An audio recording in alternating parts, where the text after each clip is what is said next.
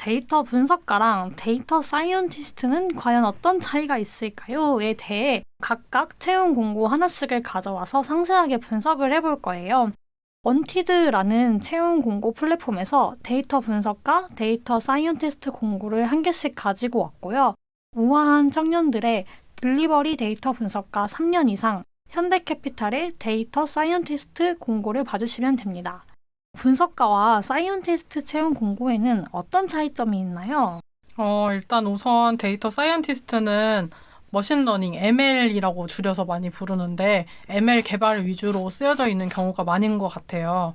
아까 예은님이 소개해주신 현대캐피탈 공고를 봐도 주요 업무 첫 번째에는 현대캐피탈 앱, 웹의 자동차 및 금융 서비스를 위한 AI, ML 기반 개인화 모델 개발이라는 내용이 들어가 있어요. 아래에도 AI, ML 모델 학습, AI, ML 모델 탐색 개발 및 검증과 같은 내용이 들어가 있고요. ML 엔지니어 또 ML 모델러 채용 공고들도 보시면은 아시겠지만 데이터 사이언티스트 공고와 ML 엔지니어, ML 모델러 채용 공고들이 굉장히 비슷하게 구성이 되어 있습니다. 데이터 사이언티스트는 보통 머신러닝 모델을 개발하는 일을 많이 하는 것 같아요. 그 주변에 머신러닝 하시는 분들은 ML 관련 논문을 읽고 그대로 구현하는 일들도 종종 하시더라고요. 그래서 현대캐피탈 공고의 주요 업무 섹션에도 리서치를 기반으로 프로토타이핑이라는 내용이 들어가 있더라고요. 그래서 논문을 읽는데 익숙해야 되기 때문에 대학원 학위를 요구하는 경우가 많은 것 같습니다. 또 현대캐피탈 공고에서 자격 요건을 보면 석사 이상, 관련 모델 개발 경험 3년 이상이라는 내용이 적혀 있어요. 이게 물론 대학원 학위가 없이도 논문을 잘 읽고 구현하는 데 문제가 없는 실력이고 이거를 잘 어필을 하면 데이터 사이언티스트로서 커리어를 시작하는 데 문제가 없을 거예요. 제가 이제 이런 얘기를 왜 하냐면 학부 다니시는 분들 중에도 워낙 잘하시는 분들이 많거든요. 그래서 꼭 대학원을 다녀야 합니다라고 한정 짓고 싶지는 않아서 이런 얘기를 좀 붙여봤고요. 저는 회사 일 하면서 고졸인 분들도 많이 배웠고 또 작년에 저희 데이터리안 세미나에서도 고등학교 재학 중인 분이 오셔가지고 강연을 해주셨잖아요. 그래서 학교를 꼭 어디를 나오고 뭐 가방끈이 길어야만 일을 잘한다는 생각이 제 안에 전혀 없어요. 그래서 IT 업계가 실력을 위주로 보다 보니까 오히려 학력을 보는 게 좀 제일 적은 분야이지 않나라는 생각이 들고 석사 이상 이렇게 써 있지만 거기에 이제 필요한 요건들을 갖추고 있다면 뭐 지원을 할 수 있다. 이런 맥락으로 얘기를 좀 붙여봤습니다. 저는 약간 데이터 사이언티스트는 무조건 대학원을 나와야 한다 이렇게 뭔가 들었었는데 그게 아닐 수도 있군요. 네. 그렇구나. 그렇다면 데이터 분석가는 어떤 일을 하나요? 데이터 분석가는 이제 지표 개발, 서비스 분석, 그리고 A/B 테스트 결과 분석 같이 데이터를 이용한 분석이나 시각화 업무를 많이 하게 되는데요. 굳이 이제 사이언티스트와 분류를 하자면 데이터 사이언티스트는 좀 더 엔지니어링에 가깝고 이제 분석가는 사업 전략이나 운영 업무에 가까운 경우가 많이 있는 것 같아요. 그래서 전략 운영팀에서 채용하는 경우도 많고요. 도메인 지식이 업무를 하는데 중요하기 때문에 뭐 기획, 운영, 마케팅, CS 같이 다른 업무를 하다가 데이터를 분석하는 툴 정도를 공부하고 직무 전환하시는 분들이 종종 있습니다. 그래서 백그라운드를 분석에 잘 활용할 수 있다. 이런 거를 참고를 해주시면 좋을 것 같고요. 데이터 분석가가 하는 역할이 크게 비즈니스 애널리시스, 그 다음에 프로덕트 애널리시스로 나눌 수 있을 것 같은데요. 이렇게 나눠서 설명하면은 오히려 조금 이해가 쉬울까 싶거든요. 그래서 비즈니스 애널리스트랑 프로덕트 애널리스트를 구분해서 채용을 하는 곳도 있는데 혹시 이 차이점에 대해서 설명을 해주실 수 있는 분이 계실까요? 제가 한번 소개를 해볼게요. 일단은 비즈니스 분석가는 말 그대로 비즈니스를 분석하는 역할이고 프로덕트 분석가는 프로덕트를 분석하는 역할을 하는데 이걸 좀 더 쉽게 풀어보면 비즈니스 분석가는 이 서비스를 이끌어가는 즉 비즈니스를 하는 사람들이랑 좀 더 가까이 일하면서 분석을 하는 사람들이고 프로덕트 분석가는 이 프로덕트를 사용하는 사람들 그러니까 우리 서비스의 유저와 가까이에서 분석을 하는 사람이라고 생각을 해주시면 돼요. 그리고 그냥 데이터 분석가, 데이터 애널리스트 이렇게 채용을 하는 경우에는 이 비즈니스 분석과 프로덕트 분석을 모두 하는 경우가 많은 것 같아요. 저도 이전 회사에서는 그런 식으로 일을 했었고 그래서 아까 그 예은님이 소개해 주셨던 우아한 청년들의 그 딜리버리 데이터 분석과 채용 공고를 보면서 좀 이야기를 해볼게요. 이 공고의 포지션 상세라는 섹션을 보시면 이 공고를 통해서 채용이 되면 라이더 운영센터라는 곳에 소속이 되어서 일을 하는 것 같아요. 여기 설명을 보면은 그 라이더 운영센터는 배달의 민족의 맛집 음식부터 배민 비마트, 배민 스토어 상품의 라스트 마일을 책임지는 부서라고 써 있는데요. 제가 앞에서 비즈니스 분석가는 비즈니스를 하는 사람들과 가까이에서 일하면서 분석을 한다 이렇게 얘기를 했잖아요. 이 우아한 청년들 공고의 주요 업무 섹션을 보면 딜리버리 사업 계획 수립 및 관리에 필요한 데이터 분석 업무 수행, 데이터 분석을 통한 서비스의 고도화 및 실전 개선 방안 도출 이런 내용이 쓰여 있어요. 그래서 결국에 이걸 좀 해석을 해보면 라이더 운영센터라는 그 조직에서 운영을 조금 더 효율적으로 하기 위해 그리고 앞으로는 어떤 사업을 해야 되는지 새로운 사업 계획을 수립하기 위해서 데이터 분석가랑 함께 일을 해나가는 거라고 생각하시면 됩니다. 그리고 비즈니스 분석과 관련해서는 오늘의 집이라는 서비스를 운영하는 버킷플레이스의 비즈니스 애널리스트라는 공고도 함께 보시면 좋은데요. 버킷플레이스 공고에는 비즈니스 KPI 분석, 전사 사업부 레벨 지표 관리 및 도식화 같은 내용이 적혀 있어요. 그래서 이것처럼 회사 전체 차원에서 아니면 이 사업을 이끌어가야 하는 분들이 알아야 되는 뭐 재무적인 정보 아니면 비즈니스적인 정보를 분석하는 역할도 한다라고 이해를 하시면 좋습니다. 그리고 그 버킷플레이스 채용 공고에서 우대사항 섹션을 보시면 좀 특이할 수 있는데 관리회계나 원가회계 등 기업에서 사용하는 재무 업무에 대한 이해를 보유하신 분이라는 내용이 들어가 있어요. 이게 저도 그런 일을 했지만 실제로 그 사업하시는 부서에서는 매출액, 판매이익, 영업이익 이런 금액 지표를 되게 상세하게 보거든요. 그래서 이런 뭐 관리회계, 원가회계 같은 회계 지식, 재무 지식이 있으면 분석을 하는데도 큰 도움이 됩니다. 저도 예전 회사에서 이제 회계팀 분들이랑 대시보드 작업을 같이 했을 때가 있는데 제가 물론 이제 경영학과 나오기는 했지만 이런 것까지 이렇게 보시는구나, 이런 것까지 세세하게 보시는구나 하면서 이거는 정확히 어떤 금액을 의미하는 거지? 하고 찾아봤던 것도 되게 많았어요. 그리고 무엇보다도 이제 비즈니스 KPI 지표들은 이제 중요한 만큼 정기적으로 보는 지표인데 버킷플레이스 채용 공고에 나와 있는 것처럼 이미 세팅되어 있는 모니터링 환경을 고도화시키거나 대시보드의 성능을 개선해서 이제 사업부분들이 조금 더 쉽고 정확하게 데이터를 볼 수 있는 환경을 만드는 일을 합니다. 그래서 이제 비즈니스와 관련된 지표들을 뭐 수립하고 이제 그걸 볼 수 있게 대시보드화하고 그래서 실제로 이 사업하는 분들이 데이터를 잘 활용할 수 있도록 분석하는 일들을 한다라고 생각해 주시면 돼요. 그러면 프로덕트 분석가는 보미님이 한번 설명해 주실 수 있나요? 프로덕트 분석에 대해서도 한번 얘기를 해보겠습니다. 회장님이 앞에서 조금 언급을 해주셨는데요. 말 그대로 프로덕트를 분석하는 거예요. 그래서 회사가 운영하고 있는 제품을 분석하는 일을 하는 분석가다라고 생각을 해주시면 될 것 같고요. 여기서 제품, 프로덕트라고 하면은 뭐 어떤 앱이나 웹 서비스 그 자체가 될 수도 있고 그 서비스 내에서 사용자들이 사용하는 어떤 특정 기능을 지칭하는 말이 될 수도 있어요. 그래서 프로덕트 분석가는 그런 프로덕트들을 사용자들이 잘 사용하고 있는지를 주로 분석을 하는 거고요. 분석 결과를 토대로 기능을 개선하기도 하고 마케팅 전략 같은 거를 달리 세우기도 합니다. 프로덕트 분석가 채용 공고 예시는 당근의 검색팀 데이터 애널리스트 채용 공고를 살펴보면 좋을 것 같은데요. 여기는 당근 내에 있는 기능들 중에서도 검색이라는 기능을 맡아서 이 기능을 꾸준히 개선하고 업그레이드를 하는 전담 팀인 것 같더라고요. 그래서 채용 공고를 살펴보면 이런 분을 찾고 있어요 라는 섹션에 5년 이상의 모바일 데이터 분석 경험이 있으며 데이터에 근거한 인사이트를 기반으로 실제 제품을 개선해본 경험이 있으신 분, 데이터 분석을 통해 문제 해결과 제품 성장을 위한 다양한 가설을 입체적으로 생각할 수 있는 분이라고 되어 있는데요. 이게 아마 일반적으로 프로덕트 데이터 분석가에게 요구하는 역량이라고 생각을 하시면 좋을 것 같아요. 이렇게 제품의 성장을 효율적으로 만들어내기 위한 방법으로 뭐 A/B 테스트도 진행을 하고요. 그래서 프로덕트 분석가 공고에 A/B 테스트, 뭐 인과 추론, 실험 설계 이런 내용들이 들어가 있는 경우가 꽤 많습니다. 물론 프로덕트 분석가도 분석가니까 당연히 SQL 할 줄 알아야 되고요. 당근의 경우에는 SQL 괄호하고 빅쿼리 이렇게 써 있더라고요. 그래서 빅쿼리를 특히 잘하는 그런 분들을 분석가로 모시고 있는 것 같습니다. 그리고 마찬가지로 실험 결과 및 인사이트를 구성원에게 효과적으로 전달하고 소통할 수 있어야 한다. 이렇게 써 있어요. 그래서 제가 이제 이전 직장에서 했던 일을 조금 예시를 들어드리면은 프로덕트 분석가가 어떤 일을 하는구나라는 걸 조금 더 아실 수 있을 것 같은데요.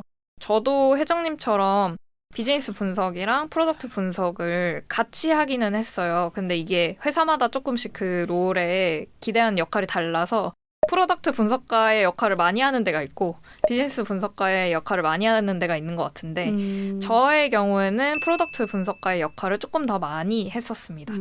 그래서 보통 신규 제품을 만들 때 기획 단계부터 참여를 해서 뭐 이 제품이 사용자들에게 반응이 있을지 고민해보는 것부터 시작을 하고요. 이 제품이 제대로 성장하고 있는지 알기 위해서는 뭐 사용자들의 어떤 행동들을 데이터로 확인해봐야 할지 뭐 그 데이터가 저조하다고 하면은 왜 그런지도 찾고 뭐 그 지표를 어떻게 높이면 좋을지 생각해보는 일들을 많이 했습니다. 기존에 있던 프로덕트, 기능을 뭐 개선한다거나 이런 일을 맡을 때에는 이 제품이 지금까지는 잘 사용이 되고 있었는지를 모니터링을 하고 뭐 잘 사용되지 않는 것 같다면 어떤 부분에서 그런 현상이 있는지 어디 어떻게 문제가 있는지를 좀 찾고 이걸 어떻게 해결을 해볼 수 있을지 팀원들이랑 같이 얘기를 해보는 그런 과정을 많이 경험을 했었어요. 그래서 제가 일을 시작할 당시만 해도 A/B 테스트를 진행하는 회사가 많진 않았는데 근데 요즘에는 프로덕트 분석을 할 때 A/B 테스트가 거의 약간 필수처럼 그러니까 꼭 해야 되는 것처럼 얘기를 많이 하시더라고요. 아무래도 A/B 테스트를 해봐야 정확하게 이 기능을 바꾼 게 효과가 있었다라는 걸 알 수 있기 때문에 그런 것 같은데요. 이제 그 결과를 정확하게 알아야 다음에도 이제 이거 해보면 좋겠구나 아니면 다음에 다르게 해야겠구나 이런 거를 좀 더 정확하게 판단을 할 수가 있어서 그런 것 같습니다. 그래서 얼마 전에 다른 회사 분석가들 만났는데 그분들도 프로덕트 분석할 때 A/B 테스트 분석 되게 많이 하신다고 하더라고요. 네네 그렇습니다. 이게 A/B 테스트가 요즘 채용 공고에도 진짜 많이 보이더라고요. 그래서 확실히 이런 거를 진행하는 문화로 많이 바뀌어가고 있는 것 같습니다. 맞아요. 그 비즈니스 분석가랑 프로덕트 분석가가 약간 얘기하신 것처럼 하는 역할도 다른데 어디는 이렇게도 구분이 되는 것 같더라고요. 약간 비즈니스 분석가는 좀 더 CEO 스태프 느낌으로다가 그 C레벨 분들이랑 운영하시는 분들이랑 좀 더 가까이 있는 그런 부서에서 뽑는 경우가 있었고 그러니까 프로덕트 분석가의 경우에는 뭐 아예 그냥 개발팀, 뭐 이런 마케팅팀 이런 진짜 실제로 프로덕트를 만드는 부서랑 가까이 붙어가지고 일하는 경우들이 되게 많은 것 같아요. 그래서 그렇게 분석 내용도 다르지만 약간 협업하는 사람들의 풀도 많이 다르고 그래서 이제 소속되어 있는 곳이 다를 수도 있고 약간 이렇게 구분이 좀 되는 것 같습니다. 지금까지 이제 데이터 사이언티스트와 데이터 분석가의 전체적인 일이나 역할을 살펴봤는데 채용 공고에 여러 내용이 함께 있는 경우가 있다 보니까 나는 어떤 직무로 지원을 해야 되나 이런 고민을 하는 분도 많이 계실 것 같아요. 혹시 이런 상황이라면 나한테 맞는 채용 공고를 어떻게 찾아볼 수 있을까요? 사실 이 분야가 생긴 지가 얼마 안 됐어요, 비교적. 그래서 직무에 대한 업계 스탠다드가 별로 없다. 이제 뽑는 사람들도 구분을 정확하게 뽑지 않는 경우가 있다고 얘기를 했었죠. 그래서 데이터 분석가로 취업하신 저희 수강생분들이 얘기를 해주신 꿀팁을 공유를 하고 싶은데요. 이제 채용 공고를 검색할 때 데이터 분석가라고 검색을 하지 말고 그냥 데이터라고만 검색하라고 하시더라고요. 데이터라고만 검색을 하면 데이터랑 관련된 좀 더 다양한 채용 공고들을 찾아볼 수 있는데 그렇게 보다 보면은 채용 공고에 올라온 이름은 다른 직무인데 결국은 분석가랑 비슷한 일을 하는 그런 포지션을 찾을 수 있다고 하더라고요. 혹시 너무 채용 공고가 없고 나는 좀 더 다양한 직무를 확인을 해보고 싶다라고 하시는 분들은 그냥 채용 플랫폼에서 데이터라고만 쳐서 한번 채용 공고 확인해 보시는 것도 좋을 것 같습니다. 그때 인터뷰하실 때 그 수강생분께서 원래 본인은 데이터 분석가 공고에 지원한 게 아니라고 하셨어요.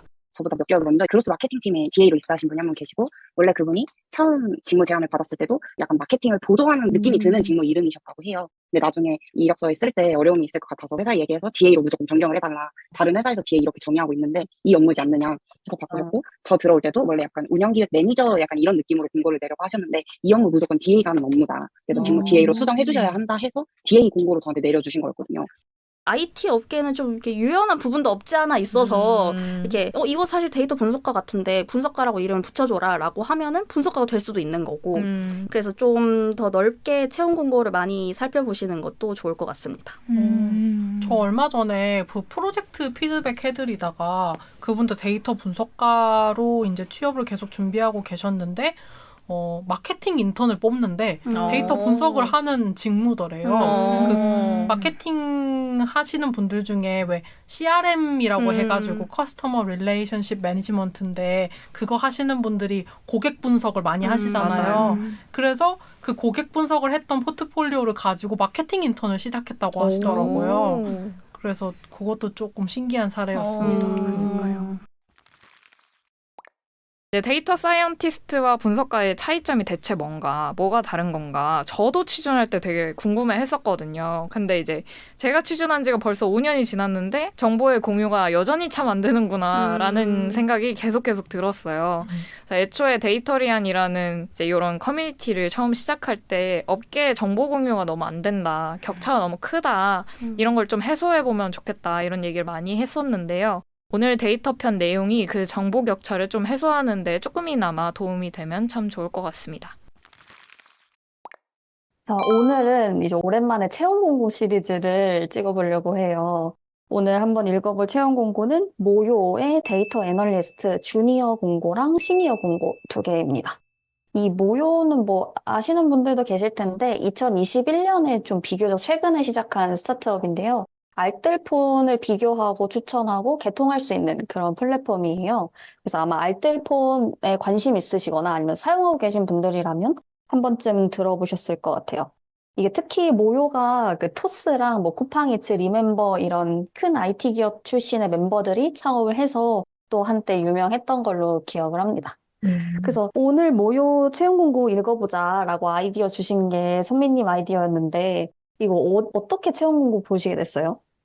제가 링크드인 하다가 그 모요의 CEO가 안동건 님인데 데이터 분석가 채용 홍보를 하고 계시더라고요. 근데 대관령 같은 데이터 분석가를 모시고 있다 이렇게 얘기를 하길래 눈길이 확 갔는데 이게 데이터를 기술적으로 분석하는 거를 넘어서 뭐 진심으로 고객의 문제에 몰입해서 치열하게 풀어나갈 사람을 원하고 또 데이터를 기반으로 실질적인 변화를 만드는 것까지 해볼 수 있다. 뭐 이렇게 얘기를 하더라고요. 이 얼마 전에 우리가 김선영님하고 또 이제 세미나를 했는데 컨설팅으로 분석을 해줬는데 실행이 안 될 수 있지 않느냐, 어떻게 해야 될까 이런 질문에 이제 선영님이 실행이 될 만한 고객사와 일하면 된다 이런 얘기를 맞아요. 해주셨거든요. 맞아, 근데 그 얘기가 이제 저한테 정말 그 생각의 전환을 줬거든요.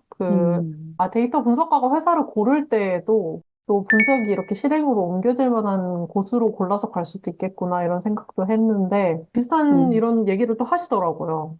그래서 좋은 데이터 분석, 데이터 드리븐 문화를 가진 곳이고 또 링크드인에 CEO가 포스트를 올릴 정도면은 꽤 이 포지션 채용이 진심인 것 같아서 이렇게 공석이 다 차기 전에 빨리 좀 우리가 다뤄보자 이렇게 얘기를 해가지고 가지고 나왔고 저희 영상을 보고 혹시 지원을 했다가 합격하신 분이 있으면은 나중에 저희 채널로 와서 진짜 액션으로 가는지 정말 데이터 분석 기반으로 일을 하는 게 맞는지 진실인지. 네, 본인이 정말 제갈량의 역할을 하고 있는지 이런 얘기를 해주시면은 재밌을 것 같아요. 맞아요. 궁금하네요. 실제로 네, 어떤지. 진짜. 일반적인 채용 공고들이 그렇듯이 모요의 채용 공고도 회사 소개랑 팀 소개가 먼저 나와 있고 그다음에 뭐 주요 업무, 자격 요건, 우대사항, 뭐 복지, 채용 프로세스 이런 순서로 구성이 되어 있더라고요. 아마 저희가 소개해드리는 회사 말고도 거의 모든 회사의 채용 공고가 이런 식으로 구성이 되어 있기 때문에 이렇게 채용 공고의 기본 구조가 있구나, 이렇게 생겼구나라는 걸 생각하면서 살펴보면 뭐 어떤 항목이 좀 더 중요하다라는 것도 빠르게 인지할 수도 있고 뭐 서로 다른 공고를 비교할 때도 좀 한결 수월해지는 것 같아서 그런 것도 생각하면서 영상 봐주시면 좋을 것 같습니다. 이거 채용 공고 올라와 있는 걸 한번 보니까 지금 시니어랑 주니어를 따로 뽑고 있는 것 같더라고요. 이제 보니까 자격 요건이랑 우대사항 이외에 나머지 항목들은 뭐 내용이 다 똑같은데 영상 보시는 분들은 주니어 분들이 더 많으실 것 같아서 오늘은 주니어 공고 기준으로 쭉 살펴보고 자격 요건이랑 우대사항 그 다르게 써져 있는 파트는 두 공고가 어떻게 다른지 한번 살펴보면 좋을 것 같아요. 팀 소개 섹션부터 같이 한번 읽어볼까요? 팀 소개 섹션 다른 것들은 뭐 읽어보면 되는 것 같고 참고 네. 아티클을 걸어놨더라고요. 음, 이제 쭉 읽다 보면은 저는 경험을 해보지 못한 문화인데 그 스쿼드라는 조직에서 일을 하더라고요. 이제 문제의 정의부터 해결, 분석까지 할 수 있는 인력이 다 들어있는 그런 소규모 조직인 것 같아요. 그리고 분석가도 거기에 이제 속해 있다고 하고요. 이 한 스쿼드가 3, 4개월 동안 풀 문제를 정의하고 푸는 식으로 시즌제로 이제 업무가 돌아가는 것 같고 또 이렇게 작은 조직의 데이터 분석가들이 쪼개져서 들어가 있다 보면은 분석가들끼리의 교류가 적어지기 때문에 챕터라는 것을 운영해서 일주일에 한 번 정도는 데이터 분석가 직군들끼리만 모여서 업무나 업무 진행을 하면서 발생하는 어려움 이런 거를 또 공유를 할 수 있는 자리가 있는 것 같아요.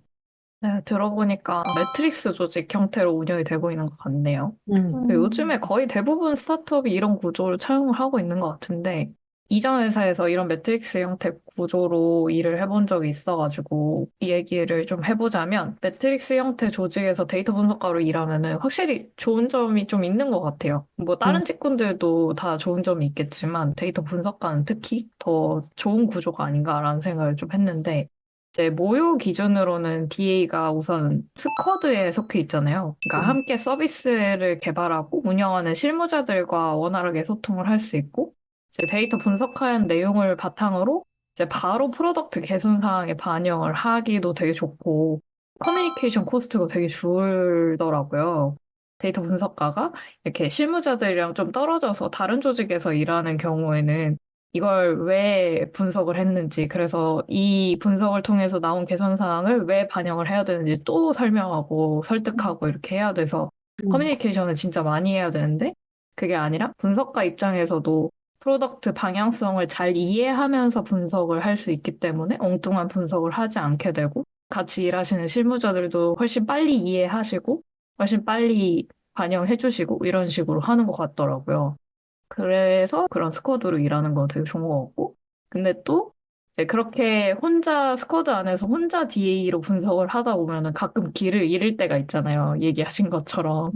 모여에서는 그렇게 되지 않도록 같은 챕터 안에서 같은 직군 데이터 분석가들끼리 이야기를 나눌 수 있도록 조직 구조가 잘 갖춰져 있는 것 같습니다. 그 인터뷰에서 조금 내려보면은, 뭐, 모요에서 일할 때 가장 좋은 점이 있다면 무엇일까요? 이런 질문이 있는데, 간단한 데이터 추출이라든지 아니면 분석 업무, 간단한 것들에서는 데이터 분석가들을 좀 해방시키기 위해서 디자인 분석 툴 사용을 기획이나 디자인 직군, PO 이런 분들이 활발하게 하고 있는 걸로 보여요. 그래서 모요는 이제 믹스 패널을 이용하고 있다고 이 인터뷰에서 나와 있는데, 뭐, 바뀌었을 수도 있겠죠. 그리고 업무 범위도 다양한 것 같더라고요. 이제 마지막 마무리하는 쯤에 우리가 어떤 업무를 하는지 이런 얘기도 자세하게 적어주셨는데, 이게 통신 시장에 대해서 거시적인 분석, 이런 비즈니스 분석이라든지, 아니면 마케팅 캠페인에 대해서도 데이터 분석을 하고, 또 OKR 설정, 그다음에 재무 데이터를 대시보드화하는 이런 비즈니스 데이터 분석에서 프로덕트 데이터 분석까지 데이터에 대한 거의 모든 영역을 해볼 수 있는 것 같아요. 그래서 인터뷰를 쭉 봤을 때는, 이거 매우 입사하고 싶은 곳인데, 맞아요, 맞아요. 웹상에 나와 있는 정보들을 기반으로 얘기를 하다 보니까, 그래 보인다. 이 정도 겉에서 얘기할 수 보기엔 있죠. 그렇다. 네네. 왜냐면 그렇지 않은 것들도 많으니까 겉에서 봤을 때도 얘네가 잘하는 게 맞나 싶은 데들이 네. 많으니까 사실 이렇게 겉으로 봤을 때라도 잘하는 곳들이 저는 음, 흔하지 않은 것 같아요. 맞아요. 맞아요. 다른 데들은 팀이 구성이 어떻게 돼 있는지도 모르고 가면은 내가 누구랑 일하는지도 모르고 약간 모호한 상태에서 일을 하는데 적어도 이렇게 공개되어 있는 자료들이 있는 회사는 이렇게는 일을 하겠구나 하고 지원자 입장에서 미리 생각을 해보고 갈 수 있어서 좀 도움이 많이 되는 것 같아요. 조금 더 얘기를 해보면 인터뷰 글 안에 팀 문화라는 글이 링크가 되어 있어요. 들어가 보시면 뭐 어떤 식으로 일을 하는지, 뭐 핵심 가치는 뭔지 이런 거를 보실 수가 있고, 뭐 아까 얘기한 뭐 시즌이나 스쿼드 이런 것도 있고, 뭐 근무 형태 이런 내용들도 여기 다 들어가 있어요. 그래서 회사 전반의 문화에 대해서 궁금하신 분들은 이 팀 문화라는 글 한번 참고해 보시면 좋을 것 같아요. 데이터 분석 환경은 이렇게 되어 있어요 부분을 한번 보면 좋을 것 같은데, 모요 데이터 레이크 구조라는 이렇게 지도같이 생긴 게 하나 있고요. 거기에 이제 서비스 데이터는 따로 데이터베이스가 분리되어 있어요. 뭐 데일리로 덤프를 떠서 뭐 적재를 하고 있어요. 뭐 이런 얘기가 나와 있는데, 혹시 혜정님이 이 부분에 대해서 좀 설명을 해주실 수 있을지, 이게 분리되어 있다는 말이 좀 어려우신 분들도 있을 것 같거든요. 네네, 맞아요. 저도 처음에 막 데이터 분석가로 일을 시작했을 때는 이런 환경에 대해서는 전혀 생각을 못 했는데, 이 섹션에 들어있는 내용들이 실무를 하기 전엔 사실 알기가 어려운 것 같아요. 그리고 큰 구조는 회사마다 다 비슷하겠지만, 또 이 회사에선 어떻게 쓰고 있는지가 또 달라서 이렇게 적어 놓은 게 진짜, 되게 좋다, 이런 생각을 했고, 이 이미지 좀 풀어서 설명을 간단하게 해드리면 이 데이터 종류가 크게 두 개가 있는 거거든요. 서비스 데이터랑 로그 데이터 이렇게 두 개가 있는데 일단 처음으로 서비스 데이터는 서비스를 운영하는 데 사용되는 데이터를 의미를 하는 거고요. 로그 데이터는 사용자가 우리 웹사이트 아니면 앱에서 어떻게 행동하는지를 기록한 데이터를 의미를 해요. 이거는 사용자 행동 데이터라고도 하고요. 뭐 제가 모요에서 일을 해본 적은 없지만 모요 서비스를 보아하니 모요에 가입한 고객의 정보 그리고 그 고객이 모요에서 가입한 요금제 정보 이런 것들이 이제 서비스 운영 데이터에 저장된다라고 생각하시면 되고 사용자 행동 데이터, 로그 데이터는 이 고객이 요금제를 신청하기까지 모요 웹사이트에서 어떤 버튼을 클릭했는지 어떤 페이지를 봤는지, 그리고 그 페이지는 뭐 끝까지 봤는지, 아니면 중간에서 보고 넘어갔는지, 뭐, 이런 행동에 대한 데이터들을 말해요. 굳이 따지자면 서비스를 운영하는 데에는 이 데이터가 필수적인 건 아니거든요. 그래서 없어도 서비스를 운영하는 것 자체는 큰 문제가 없는데, 근데 이 데이터를 저장을 해두면 그 고객들이 어떤 경로를 거쳐서 요금제를 신청하는지 이런 거 분석해 볼 수도 있고, 고객별로 개인화 추천을 한다던가 하는 추천 알고리즘 같은 데에도 이 로그 데이터를 사용을 할 수가 있어요. 그래서 이렇게 데이터를 뭐 나눠서 저장을 하는데 이 저장한 원본 데이터에서 바로 데이터 갖다가 분석하냐 하면은 그렇지 않고요. 뭐 이유는 뭐 여러 가지가 있는데 간단하게 설명해 보면 이 원본 데이터 잘못 건드렸다가 데이터가 날아가거나 아니면 데이터가 뭐 수정이 돼서 바뀌거나 이런 문제가 생길 수도 있고요. 그리고 분석을 할 때는 그 고객의 뭐 가입 데이터 하나, 뭐 요금제 데이터 하나 이것만 보는 게 아니라 고객의 결제 데이터, 고객의 행동 데이터 이런 걸 다 결합을 해서 보는 경우가 많아요. 그러려면은 이 데이터들이 한 곳에 모아져 있어야 하는데 S3의 데이터 적재 이 부분이 바로 그 역할을 하는 거예요. 뭐 어려운 단어들이 많이 있는데요. 내용 몰라도 이 양쪽에서 화살표가 오고 있잖아요. 여기에서 합쳐지는 거예요. 네, 그래서 원본 데이터를 그대로 쓰는 게 아니라 이 데이터들을 복제를 하거나 뭐 따로 이동을 시켜서 한 곳에서 모아서 분석을 할 수 있는 그런 환경을 보통 갖춰서 일을 합니다. 너무 자세하게 설명하면은 이제 거의 강의가 되기 때문에 설명은 여기서 끝내볼게요. 네, 감사합니다. 네. 근데 이거를 보고 뭐 채용 페이지 보다가 아티클 탭 들어가 보니까 데이터 파이프라인 구축하기가 제일 상단에 글이 있더라고요. 그래서 이걸 봤는데 그 채용 공고에 있는 파이프라인은 2022년 6월부터 활용해서 현재 2년간 활용되고 있었어요. 이렇게 써 있었거든요. 그러면 2년간 활용되었으면은 24년 6월까지였겠죠? 지금 촬영이 7월인데 아마 최근에 뭔가 이 파이프라인 구조 변경이 있었던 것 같아요. 그래서 뭐 자세한 거는 이 블로그를 보시면 되는데요.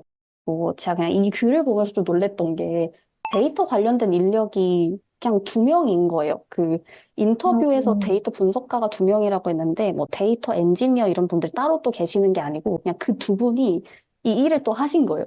데이터 환경을 구축하는 일을. 백엔드 엔지니어 한 분이 또 같이 해서 일을 하고 계신다고는 했는데 어쨌든 데이터 분석가 두 분이서 이 데이터 환경도 구축하고 스쿼드도 뭐 두세 개씩 맡아서 분석하고 뭐 이러면 아이고. 되게 바쁘겠다 생각을 했거든요. 그래서 이거 가능한가 생각하긴 했는데 채용이 필요한 상황이네요. 네, 그러게요. 그러니까 그래서 채용이 반드시 필요하겠구나 생각을 좀 했고 근데 아무튼 이 글이 되게 자세하거든요. 이 파이프라인을 새로 구축하시게 된 과정을 다 얘기해 주셨는데 최신 버전의 데이터 환경은 그 글 한번 참고를 해보시면 좋을 것 같습니다. 그 밑에 이제 합류하면 이런 업무를 해요라는 섹션이 또 있는데 데이터 분석가가 실제로 어떤 일을 하고 있는지를 다 적어주신 섹션인 것 같더라고요. 서미님이 앞에서 얘기해 주시긴 하셨지만 여기가 아직 작은 조직이라서 그런지 비즈니스 분석이랑 프로덕트 분석이랑 마케팅 분석을 나눠서 하지 않고 그냥 분석가 두 분이서 다 한꺼번에 하고 계신 것 같아요. 보니까 항목들이 첫 번째 항목은 북극성 지표 찾는 거? 그거는 비즈니스 분석 쪽인 것 같고, 그 밑에 비즈니스에 필요한 데이터를 분석하고 인사이트를 공유한다. 이것도 비즈니스 분석이고, 이제 목표 달성을 위한 지표 가설 설정하고 A/B 테스트를 하고, 뭐 실행 가능한 항목 제안하는 거. 요거는 약간 프로덕트 분석 쪽인 것 같고, 그 밑에 있는 팀의 인사이트를 줄 수 있는 대시보드. 이거는 아마 스쿼드 얘기하는 것 같으니까 이것도 프로덕트 쪽인 것 같아요. 이제 비즈니스 분석, 프로덕트 분석 다 하면서 이제 마케팅 성과 분석까지 하는 그런 업무를 하고 있다라고 지금 여기에 써주신 것 같네요. 이제 업무 범위가 넓은 만큼, 커뮤니케이션도 되게 다양한 분들과 많이 해야 되겠구나. 회사 안에서 되게 인싸신 포지션이겠구나. 이런 생각이 좀 들었어요. 맞아요. 이게 기본적으로 회사의 분석가가 아직 소수고, 지금 원티드에서 한번 찾아보니까 회사 전체 임직원 수는 33명이라고 나오거든요. 네, 그러면은 2명이서 그 나머지 31분의 요청을 이제 받아야 되는 거잖아요. 그렇죠. 그러면 사실 데이터를 많이 보는 것이 문화로 자리가 잡혀 있으니까 데이터 요청도 다양하게 많을 것 같아요. 그렇다 보니까 아무래도 여러 범위의 일을 분석가들이 지금은 다 하고 있지 않나 싶은 생각이 들고요. 점점 분석가 분들 많이 채용되면은 좀 업무가 세분화되지 않을까 싶네요. 당근이 특히 이렇게 분석가가 세분화되어 있는데 뭐 검색실의 데이터 분석가, 광고 서비스실의 데이터 분석가, 로컬 비즈니스실의 데이터 분석가 이렇게 해서 그 채용 공고 자체도 다 따로따로 되어 있고 각 그 팀의 설명도 다 따로 있더라고요. 모여도 나중에 조직이 더 커지면 뭐 이런 식으로 뭐 스쿼드별로, 팀별로 이렇게 구성이 되지 않을까 생각이 듭니다. 그러면 이제 제일 중요한 섹션으로 넘어가 볼까요? 이제 자격 그렇죠. 요건이랑 우대사항 이쪽이 남은 것 같은데 아까 처음에 얘기할 때 주니어랑 시니어랑 좀 다른 부분이 여기에 있다고 얘기를 했었으니까 여기에서는 주니어 공고랑 시니어 공고랑 두 개가 어떻게 차이가 있는지도 좀 얘기를 해보면 좋을 것 같아요. 네, 좋아요. 여기는 뭐 이런 분을 찾고 있어요. 이런 분이면 더 좋아요. 이렇게 풀어서 써놓긴 했는데 이런 분을 찾고 있어요가 자격 요건인 것 같고 그죠. 이런 분이면 더 좋아요가 우대사항이라고 생각하시면 될 것 같아요. 네, 그래서 이거를 한번 자격 요건부터 한번 보면은 시니어의 경우에는 가설을 세우고 주도적으로 일할 수 있는 사람 이런 얘기들이 이제 강조가 되어 있어요. 주니어와 다르게. 맞아요. 제가 이걸 보고 스스로 굴러가는 바퀴를 찾고 있구나. 누군가가 굴려줘야 굴러가는 게 아니고 내가 저기로 굴러가야겠어 라고 하고 이제 굴러간다 이러면서. 굴러간다 하고 왕으로 굴러가는 그런 사람을 이제 시니어라고 보는 것 같아요. 반면에 이제 주니어는 이미 정의된 문제를 풀기 위해서 퍼널이라든지 아니면 AARR, 코호트 이런 기본적인 데이터 분석 방법론들을 적용해서 이미 있는 문제, 누군가가 정의해 놓은 문제를 해결할 수 있는가 이거를 보는 것 같습니다. 이미 정의된 문제를 잘 풀기만 해도 주니어로서는 충분하다 이런 뉘앙스라고 생각을 했고요. 그리고 이제 AARR이나 뭐 퍼널 코호트 애널리시스 이런 키워드가 혹시 생소하신 분이 있으면은 데이터리언 블로그에 들어오셔서 검색창에다가 저 키워드로 똑같이 검색해 보시면 뭐 설명해 놓은 글들이 있거든요. 거기서부터 한번 시작을 해보셔도 괜찮을 것 같습니다. 네.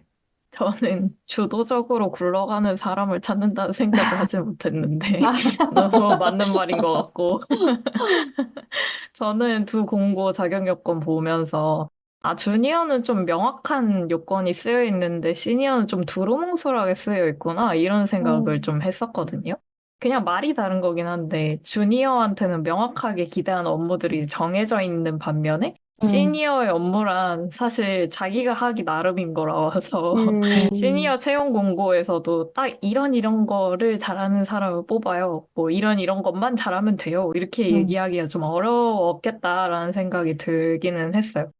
주니어에 비해서 시니어는 의사결정권도 어느 정도 가질 테니까 뭐 다른 부서 팀원들이랑도 커뮤니케이션을 더 많이 해야 되고 더 의견 조율 많이 해야 되고 이제 비즈니스 임팩트를 실제로 도출하는 역할까지 하게 될 거잖아요. 그 작용 요건에 실험 결과를 비롯한 뭐 데이터 인사이트를 동료들에게 설명해 본 분이라는 요건이 들어있는 게 재밌었는데 그래서 이런 요건도 들어있는 게 아닐까라는 생각도 해봤습니다. 네. 그리고 공통 역량에 대해서 얘기를 안 했는데, 공통 역량은 네. SQL 역량을 갖춘 분, 뭐 이렇게 써 있고, 맞아요. 주니어의 경우에 이제 업무 경험은 3년 이내에 데이터 분석 업무 경험이 있는 분, 그리고 시니어는 5년 이상의 데이터 분석 업무 경험이 있는 분, 이렇게 써 있는데, 5년 이상만 되어도 시니어라니 얼마나 젊은 조직인가. 왜냐면은 5년 이상이어도 막내 포지션에 있는 맞아. 분들도 많거든요. 맞아. 근데 맞아요. 능력만 있으면은 조직 내에서 빠르게 권한을 얻고, 이제 아마 승진이라는 개념은 좀 없을 테지만, 뭐 연봉을 올리고, 좀 사내에서 많은 권한을 얻고 하기가 쉬운 젊은 조직이겠다 하는 생각도 했습니다. 맞아요. 보통 약간 툴 사용 역량 이런 것도 되게 많이 들어있는 데도 있고 이런데 여기는 진짜 심플하게 SQL 역량을 갖춘 분 이외에는 좀 더 뭔가 시니어의 경우에는 더 그렇지만 소프트 스킬에 대해서 얘기를 해주는 게 좀 있어가지고 그런 부분도 좀 흥미로운 것 같네요. 그러게요. 무엇이 중요한가를 생각해 봤을 때 구체적인 툴 사용은 중요한 건 아니라고 보는 것 같아요. 선영님하고 저희 세미나 할 때도 툴을 뭘 쓸 줄 아는가는 그렇게 중요하진 않다. 왜냐면 계속 사용하는 툴이 바뀌고 맞아요. 시간에 따라 계속 바뀔 수 있는 거기 때문에 아니면 들어와서 배우는 것도 사실 쉽고 그래서 그건 별로 중요하지 않다. 이런 얘기 해주신 게 또 생각이 나네요. 맞아. 아까 위에서 봤을 때 툴이 되게 여러 개가 있었는데 그걸 맞아요. 다 뭐 특정 역량 이상으로 잘할 사람 뽑으면 사실 없을 거거든요. 그래서 SQL 일단 당연히 잘해야 되고 그 외에 나머지 것들은 빨리 배울 수 있는 그런 능력? 그런 것도 뭐 면접에서 보거나 하지 않을지 생각이 드네요.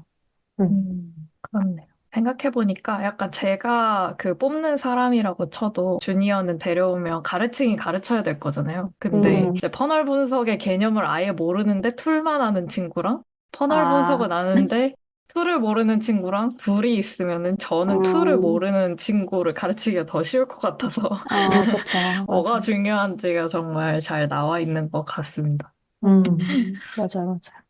그런데 이제 우대사항에 좀 적혀 있죠. 네. 맞아요, 툴에 맞아요. 대한 얘기. 우대 네. 사항으로 빼긴 했더라고요. 맞아요. 네네. 우대사항에 뭐 클라우드 환경에서 데이터 분석 경험을 해본 분, 뭐 분석 툴을 활용한 업무 경험이 있는 분, 대시보드 툴을 활용해 본 분, 뭐 이런 것들이 이제 우대사항에 적혀 있는데 저는 정말 이게 툴이 별로 안 중요하다라고 또 절감하는 게 저는 AWS 써봤고 GCP도 써봤고 앰플리튜드도 써봤고 퀵사이트도 써봤고 태블로도 써봤거든요. 오. 근데 만약에 면접에서 퀵사이트 사용하시면서 뭐 어떤 점이 어려우냐 이런 거 물어보면은 사실 기억 하나도 안 나거든요. 근데 아마 또 다시 하라고 하면은 또 한두 시간 이렇게 뭐 만져보고 이렇게 할 수 있을 거란 말이에요. 요즘 워낙 툴이 또 직관적으로 잘 나오고 이래가지고 크게 중요한 것 같지는 않습니다. 맞아요. 그리고 특히나 툴 같은 거는 저희가 GA4 강의를 하기도 하지만 너무 자주 변하잖아요. 맞아요. 계속 맞아요. 변해요. 같은 그냥 툴인데. 그래서, 맞아요. 그래서 만약에 여기 써 있는 대로 뭐 태블로를 내가 할 줄 알아. 면접 시점에는 할 줄 알았어. 근데 이게 입사를 해서 쓰는 과정에서도 태블로가 계속 고도화가 업데이트가 되고, 되니까. 네네. 네. 방법이 달라지거나 뭐 사용하는 방식이 뭐 새로워지거나 이럴 텐데 그런 걸 그때그때 잘 적용할 수 있는 사람이 더 중요한 것 같아요. 그래서 이 툴을 약간 뭐 통계 지식 배우듯이 한 번 습득해서 배우면 이 지식이 절대 변하지 않는 거야. 뭐 이런 게 아니니까 바뀔 때마다 어디 문서를 참고해야 되는지 알고 어떤 게 변화되는지를 찾을 수 있는 사람이고 이런 능력이 좀 더 중요한 것 같아요. 맞아요. 근데 또 한편으로는 저희가 계속 우대사항은 뭐 필수가 아니다. 음. 스킬은 뭐 나중에 챙겨도 된다. 뭐 이런 얘기 되게 많이 했는데 근데 제가 취준할 때 거꾸로 우대사항에 제가 갖고 있는 스킬이 있으면 아싸 나는 1점 먹고 들어간다. 약간 이렇게 생각도 했었던 것 같은데 물론 자격 요건에 있는 스킬이 다 갖춰졌을 때 플러스 알파로 내가 가져갈 수 있는 거를 여기서 찾으면 좋다는 얘기긴 한데 근데 이 얘기를 왜 했냐면 주니어 분석가 공고 보니까 스킬들 아까 우리가 얘기했던 중요하진 않지만 그래도 있으면 좋다 하는 스킬들 다 여기 있더라고요. 그래서 인하우스 분석가로 일하시면서 뭐 이 중에 하나 정도는 경험해본 분들이 분명히 있을 것 같고 아, 이 팀에서 원하는 스킬 하나 멋진 거 갖고 있고 필살기로 갖고 있다. 약간 이렇게 또 생각해 볼 수 있는 것 같더라고요. 뭐 이 우대상 섹션도 그냥 대충 뭐 실무자들의 희망사항이려니 이렇게 생각하고 그렇게 부담 갖고 여길 볼 필요는 없지만 한편으로는 또 내 필살기를 찾을 수도 있는 그런 섹션이라고 생각하고 한 번 더 꼼꼼히 읽어보는 것도 좋은 것 같아서 얘기를 한번 해봤습니다. 맞아요. 할 줄 알면 럭키 비키죠. 그쵸, 그쵸. 좋은 거죠. 우대를 네. 해준다니까. 그쵸, 그쵸. 주니어 공고의 우대사항 보면은 처음 두 개가 그 시니어 공고의 자격 요건에 있는 내용이에요. 그래서 네. 시니어한테는 기본적으로 요구하는 건데 혹시 주니어가 이거 할 줄 알면 너무 좋다. 이런 느낌이지 그쵸, 그쵸. 않을까 음. 생각을 좀 해봤습니다. 그래서 음. 주니어여도 주도적으로 굴러갈 수 있는 그런 하긴. 분이면은 더더욱 좋다. 약간 이 주도성을 어필을 하려면 어쨌든 내가 문제 정의를 해본 적이 있어야 되는 것 같거든요. 그리고 여기 주어진 분석을 하기보다는 주도적으로 데이터를 보고 인사이트를 도출할 수 있는 분이라고 써 있는 거 보니까 문제 정의를 할 수 있는 사람이어야 하는 것 같아서 뭐 이제 직전 회사에서 뭐 경력을 쌓으면서 성과를 냈던 분석들이 있을 거 아니에요. 근데 그런 성과를 냈던 분석 중에 아, 모요에서도 이거를 해보면은 좋을 것 같다. 그런 게 있으면은 그런 거를 면접 자리에서 어필을 해보는 것도 괜찮을 것 같아요. 혹시 이런 거 해보셨나요? 하고 물어보고. 아, 제가 할 줄 아는데 싸움은 한번 해보겠습니다. 뭐 제가 이전에 이걸로 뭐 이런 성과를 냈습니다. 이런 식으로 얘기하면은 저 주도성이 좀 어필이 되지 않을까 싶어요. 만약에 내가 좀 커리어 이런 질문에 대해서 답을 좀 잘하고 싶다라고 하면은 지금 하고 있는 업무에 문제 정의를 한 사람한테 가서 이 일을 내가 왜 한 건지, 그러니까 이 문제가 어떻게 이렇게 정의가 됐는지, 왜 회사에 이 일이 필요한 건지 이런 것들을 좀 물어보는 과정이 있으면 좋을 것 같아요. 제 생각에는. 또 맞아요. 좋은 그리고 방법이네요. 맞아요. 그리고 뭐 직접 물어볼 수 없다. 뭐 예를 들어 그 사람이 퇴사를 했다라던가 뭐 물어보기가 어려운 조직 구조다라고 하면은 뭔가 이게 문서 같은 거 잘 찾아보는 것도 도움이 되는 것 같아요. 그래서 선배님 말씀하신 것처럼 내가 했던 업무에서 그런 의도나 맥락들을 좀 보충해보는 것도 도움이 될 것 같아요. 회사 경험이 없는 취준생분들이라고 하더라도 그 프로젝트를 좀 내가 자발적으로 해보고 그런 경험이 있으시면 도움이 될 것 같은데 그 하나 생각나는 게 최근에 보미님이 저희 수강생 인터뷰 한 번 하셨는데 그분이 네네. 이제 운동 인스타그램 계정을 운영하시는데 그거를 더 잘 운영하기 위해서 RFM 분석을 진행을 해봤다. 그런 인터뷰를 하셨잖아요.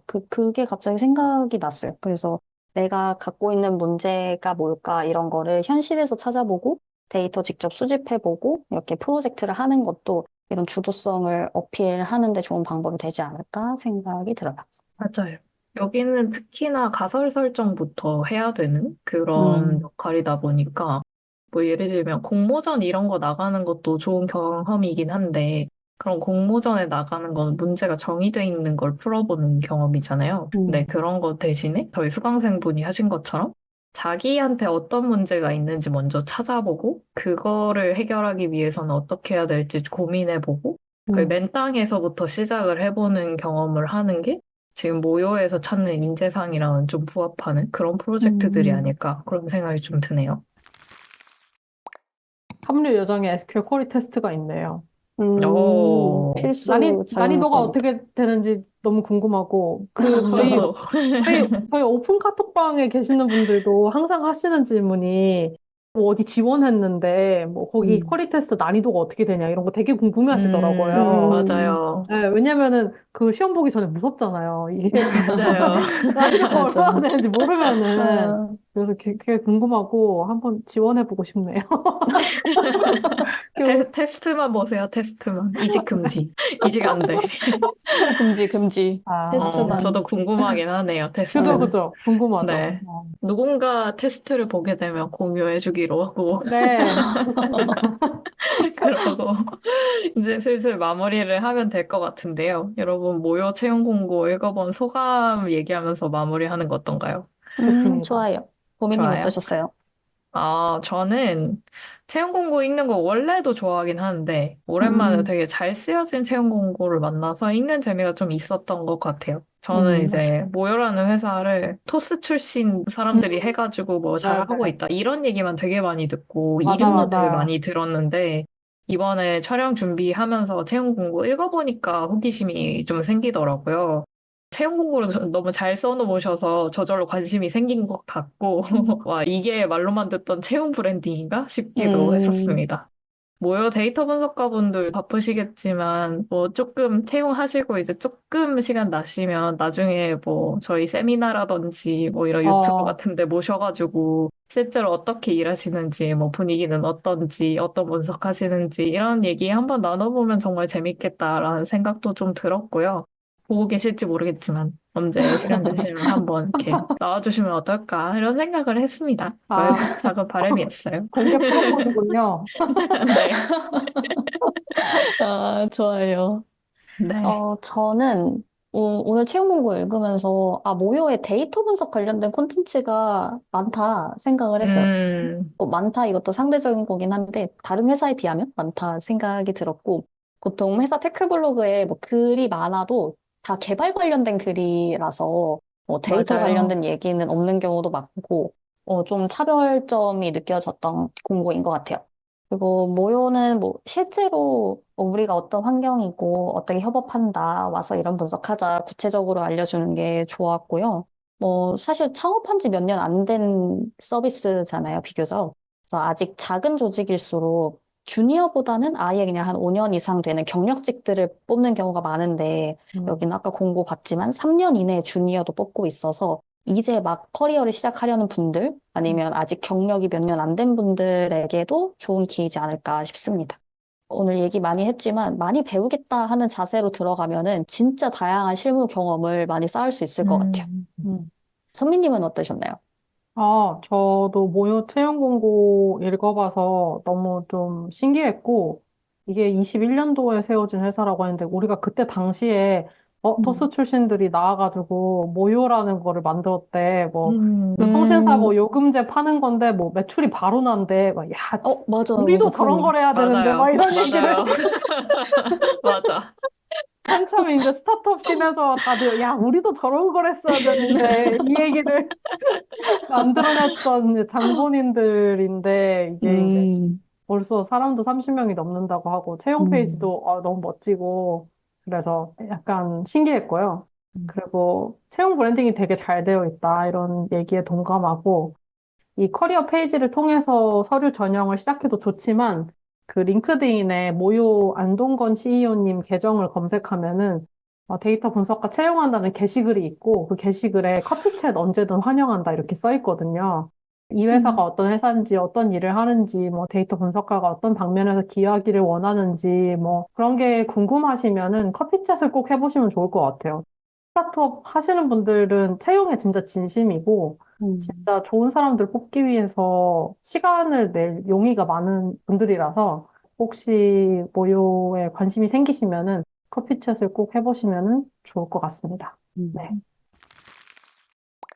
오늘 읽어볼 채용 공고가 벌써 10번째 채용 공고더라고요. 그동안 저희가 한국의 여러 데이터 분석가 채용 공고를 한번 읽어봤는데요. 오늘은 이전과는 좀 다르게 해외 기업의 이제 한국 지사 공고를 좀 살펴보려고 합니다. 그래서 저희가 가져온 공고는 애플의 데이터 분석가 인턴십 공고인데요. 이 공고는 선미님이 찾아보셨는데 이거 어떻게 발견하셨나요? 요즘 데이터 분석가 뽑는 데가 너무 없는 것 같다, 이런 얘기를 저희 오픈 카톡방에서 많이 하시더라고요. 그래서 이제 맞아요. 원티드 같은 플랫폼에다가 데이터 분석가 이렇게 검색을 했는데 실제로도 이전보다는 많이 없는 느낌이긴 하더라고요. 그래서 자연스럽게 해외는 어떤가 하고 구글에 검색하자마자 이 공고가 보였어요. 그래서 사실 다른 빅테크 기업들도 많이 뽑는데 마침 이제 이게 인턴십 공고여가지고 저희 웹사이트에도 20대에서 30대 중반분들이 방문을 많이 하시거든요. 그래서 인턴십 공고를 소개하기에 괜찮겠다 싶어서 들고 왔습니다. 또 이게 애플 코리아에서 낸 포지션이기 때문에 서울 근무예요. 그래서 아마 관심 있는 분들이 많으실 것 같아요. 아, 이걸 따로 검색을 해서 찾으신 거고. 이게 보통 원티드 뭐 사람인 잡플래닛 이런 데서 공고 많이 찾아보시잖아요. 근데 지금 선미님 얘기해 주신 것처럼 내가 좋아하는 서비스가 있다. 그러면은 그 서비스의 채용 페이지를 찾아서 보는 것도 하나 좋은 방법인 것 같아요.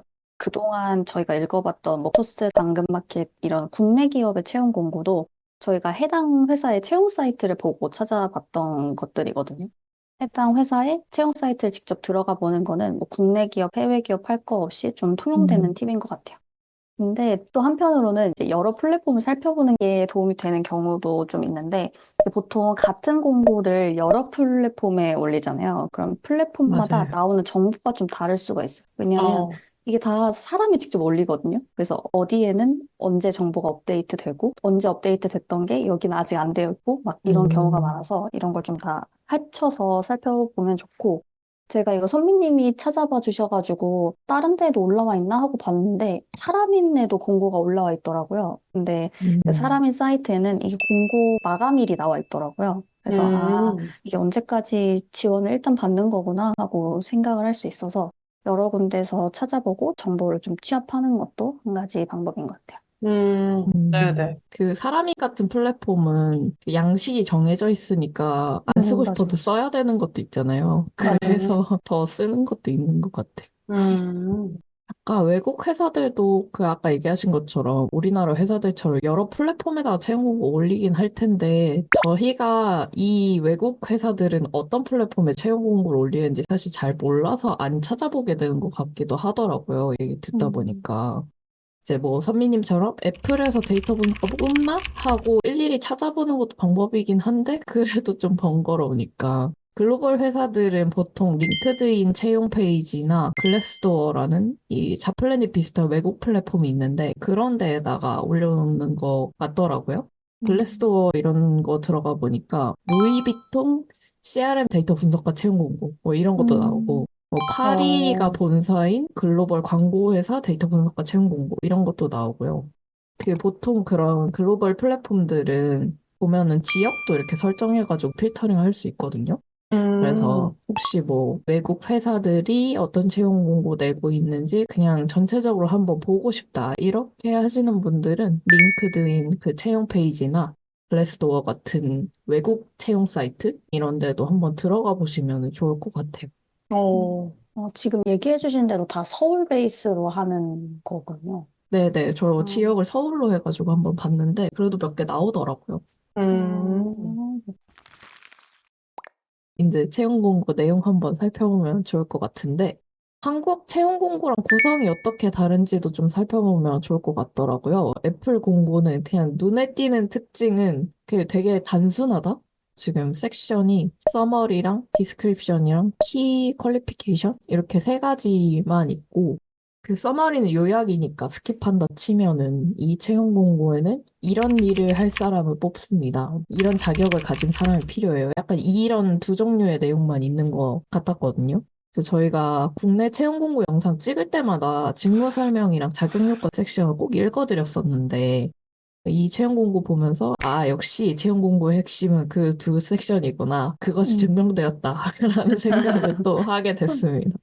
애플이나 루이비통 같은 데는 회사 설명이 많이 필요하지 않으니까 그래서 맞아, 더 맞아. 간결할 수 있을 것 같기도 한데 근데 그냥 맞아요. 전반적으로 그냥 스타일이 좀 다를 수 있겠구나. 한국이랑 외국 채용 공고가 이런 음, 생각도 좀 들었어요. 맞아요. 음. 그러면은 이제 본격적으로 공고 한번 살펴볼게요.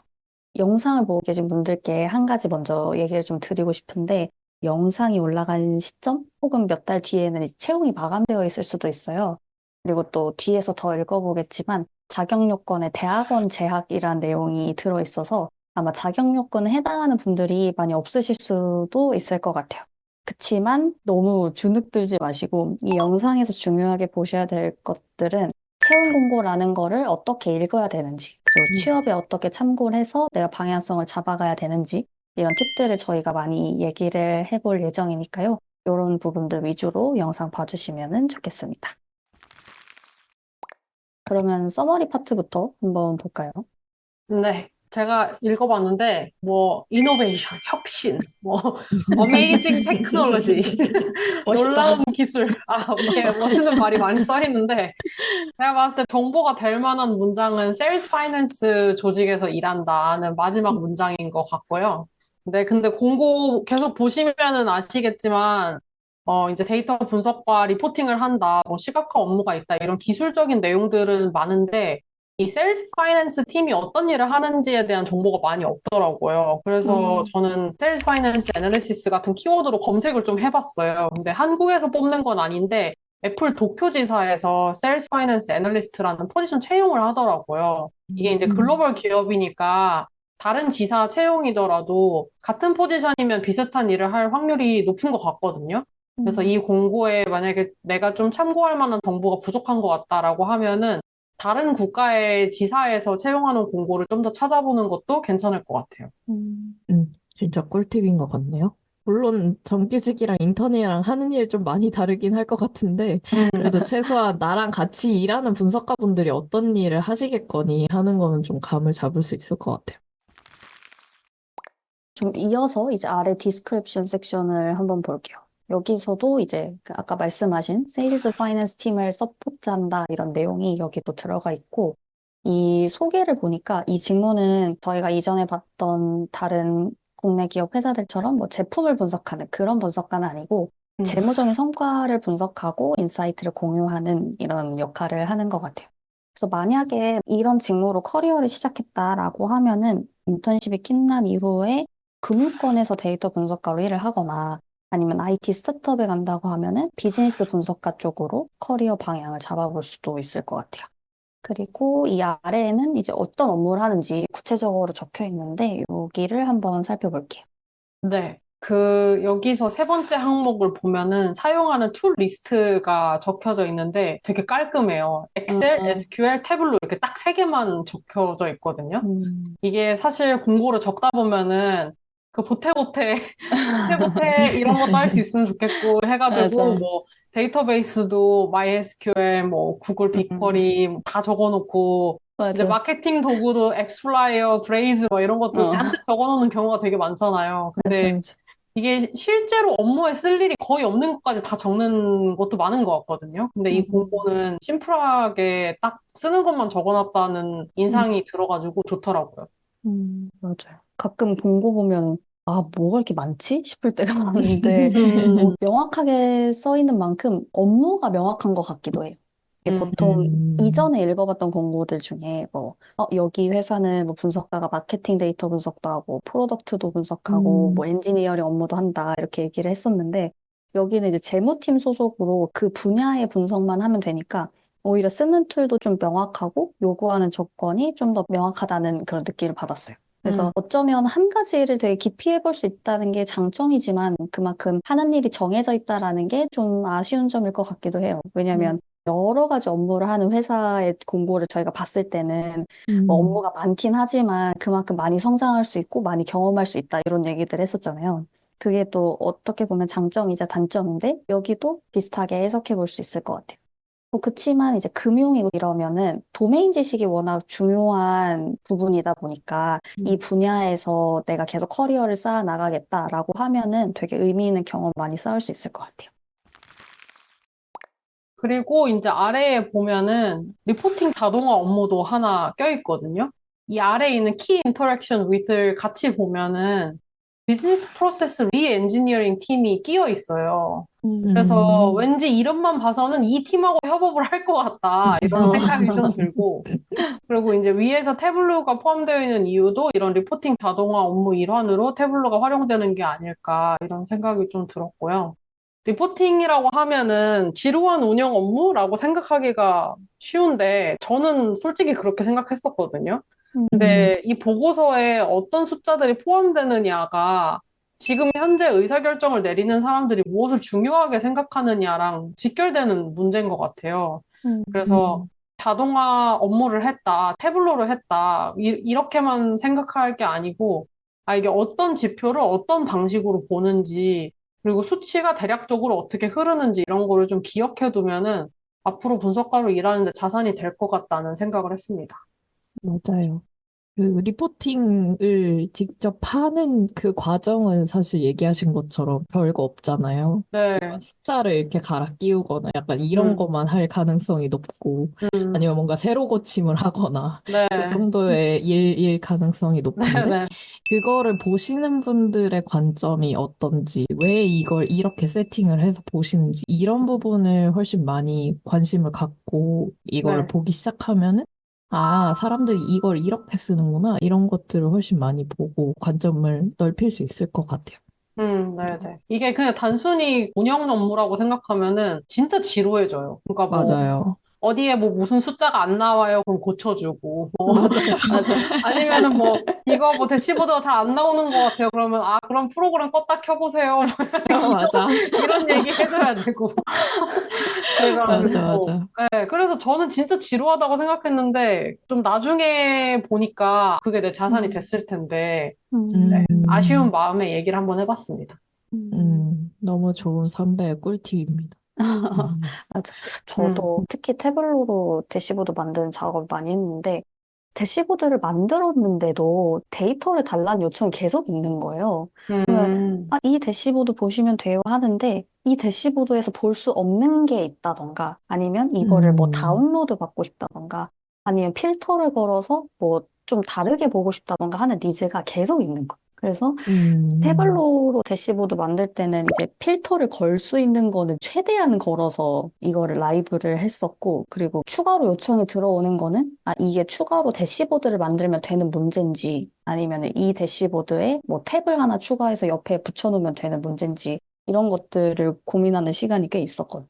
그때 생각해보면은 사실, 데이터가 여전히 궁금하다고? 약간 이런 때가 많았는데, 사실 그 안에 맥락을 그 담당자분이랑 얘기하면, 궁금하겠구나 하는 생각이 들 때가 있었어요. 그래서 이게 사실은 대시보드가 실무자랑 그 데이터 간의 연결고리가 되는 것 같기도 하거든요. 그래서 데이터를 실제로 잘 볼 수 있게 대시보드라는 데다 올려놓고, 실무자들이 데이터를 보고 이렇게 할 수 있는 하나의 다리가 되는 것 같은데, 그런 부분을 만드는 역할이니까 너무 내가 반복적인 업무만 하나라고 생각이 들 때는 그 앞뒤로 어떻게 쓰고 있는지 그런 맥락들을 파악하는 일도 많이 해보면 좋을 것 같아요.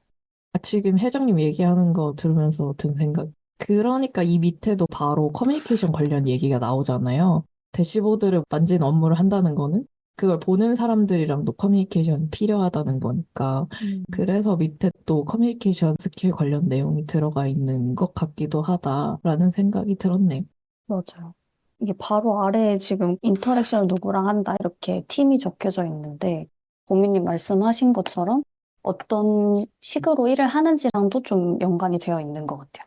채용 공고에서 이렇게 같이 일하는 팀을 구체적으로 알려주는 건 처음 봐가지고 이것도 저도. 좀 신기했고 약간 그러게요. 보통은 그냥 뭐 마케터랑 이래요, 개발자랑 이래요 이런 식인데 여기는 어떤 팀 이렇게 써 있는데 생각해보면 그만큼 규모가 큰 회사라 이렇게 적어놓을 수 있나 싶기도 하고요. 근데 아무튼 기본적으로 미국 회사다 보니까 뭐 일본에 있는 재무팀, 미국에 있는 재무팀이랑도 협업을 해서 비즈니스 영어는 반드시 잘 해야 하는 것 같아요.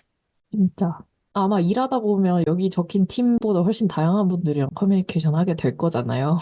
맞아요. 그러니까 이제 전에 혜정님도 해외 취업 생각하셨는데 데이터 분석과 커뮤니케이션 하는 거 보니까 언어가 진짜 안 될 것 같다. 중요하겠다 이렇게 생각했다고 얘기해 안 될 것 같다. 주셨었는데 이거 보면서도 맞는 것 같다라는 생각이 들었어요. 어느 회사의 데이터 분석가든 언어가 진짜 중요하구나, 커뮤니케이션 능력이 진짜 중요하구나라는 생각 많이 했어.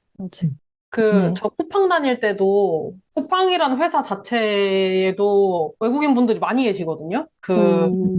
저 다닐 때는 매니저분들이 외국인들이 되게 많았는데 회사에 그 통역하시는 분들이 다 계셨어요. 그래서 회의 같은 거 잡으면은 그 회의 스케줄러에 그 통역가 선생님을 인바이트를 할 수 있거든요. 그 통역가 선생님, 그러면은 그 회의에 통역가 선생님 같이 들어와요.